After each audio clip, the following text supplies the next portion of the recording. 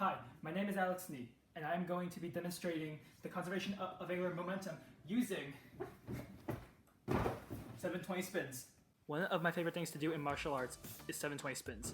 However, throughout my years of training, I found difficulty doing 720 spins. One concept I have used to improve my spins is the conservation of angular momentum.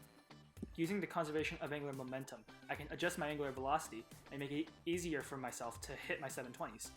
I will be analyzing two different spin scenarios in order to demonstrate the effect of the conservation of angular momentum on the angular velocity. The two scenarios will be spinning with my arms closed and spinning with my arms open. So let's go. The first component of angular momentum is rotational inertia. Rotational inertia is the property of an object to spin around an axis.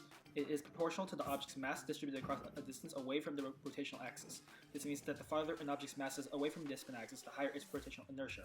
Hence, the rotational inertia when I spin with my arms closed is 2.1 kilograms meter squared, but the rotational inertia when I spin with my arms open is 3.4 kilograms meter squared.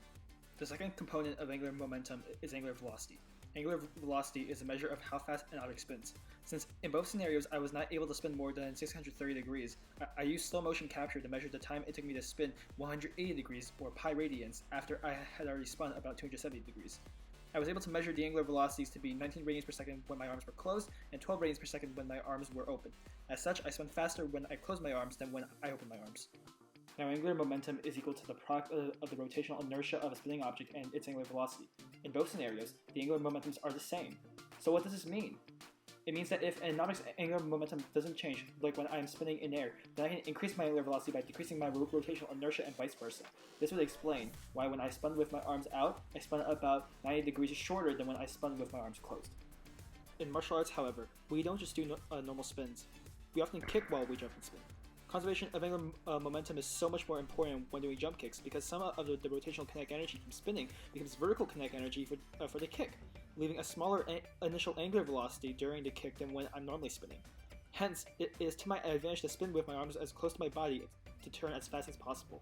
As you've seen, the landings can affect my angular momentum too. The split landing, for instance, increases my rotational inertia right before I land. Again, this is more reason to spin with my arms closer. Now, as you watch me show why landing in splits does not hurt the groin, I would like to thank you for watching this video. I hope you enjoyed learning about angular momentum and continue to stay safe from the coronavirus. Have a good day.